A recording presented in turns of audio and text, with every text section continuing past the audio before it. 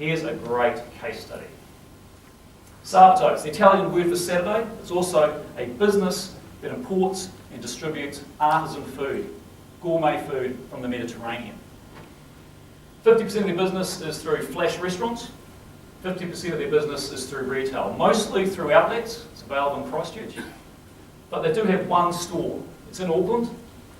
And their westernmost wall of their showroom butts up, right up against the concrete block and electrified razor-edged wire fencing of Mount Eden Prison. So if you're looking down, it's quite a classy, pricey produce and stuff like that. It's all imported. So on this side you've got the prison yard, and on this side you've got a car park full of Mercedes and Beamers and Audis. So it's not exactly destination shopping, but there they are. What are they attracted to? Well, I might be wearing a suit today, ladies and gentlemen, but I'm white trash. I grew up in Nelson on the wrong side of the tracks, and in Nelson there are no tracks, so that's really hard. And Mum would boil vegetables to death and grill, I'm not entirely sure what, and that's my culinary background.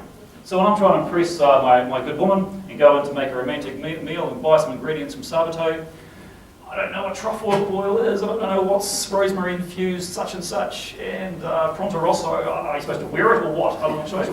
And looking at all this pasta, and someone will come up to you and say, "Oh sir, you're staring at the Pirelli tortellini. It's lovingly rolled on the inner thigh of a Tuscan grandmother at sunset overlooking the hills. Look, you can still see the thumbprints in the dough, and you'll willingly pay $26 for that."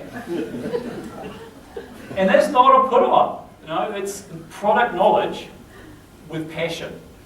More specifically, it's passion before product knowledge. Phil and Jackie own this business, run this business, have done 20 years of profitable growth. They started out, much like yourself, I imagine, hobby. They come back from Europe on holiday, suitcase full of salami, share it with some friends. Friends, hey, can you bring us some back? And suddenly it's 2 suitcases, then it's a container, suddenly it's a business, and then it's bigger than themselves. And you know that feeling you get when your business gets bigger than yourself, and you've got to trust other people to sell on your behalf. You want to hang on, but you have to let go. And they initially hired whiz salespeople, people who could sell things. It didn't work that well for them. And they realised they needed to hire people with a similar passion to themselves. So they have this recruitment brand in the retail space called the Sabato Way, where they will recruit passion first. You have to have a demonstrable, proven track record in passion for artisan food. Second to that, they can teach sales skills. You can teach basketball. Attitude first. And they're stuck with that. And initially, there was a price to pay. There was a sacrifice. They had vacancies. And that was costing them. But hiring the wrong people that didn't fit without passion, without the Sabato Way, that cost them more in the long run. Researching my book, I came across a range of figures when it came to the cost of hiring the wrong people, between 100% and 300% of the salary of the person you hired incorrectly. So it's worth making a little bit of a sacrifice, and they've stuck with that. So when Phil and Jackie look in the mirror, they see not this, they see reality. In their retail space, they see themselves as they actually are. It's taken 20 years.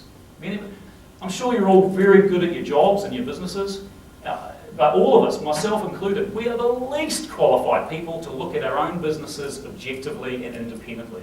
We're too close, we're too passionate, we can't see the wood for the trees.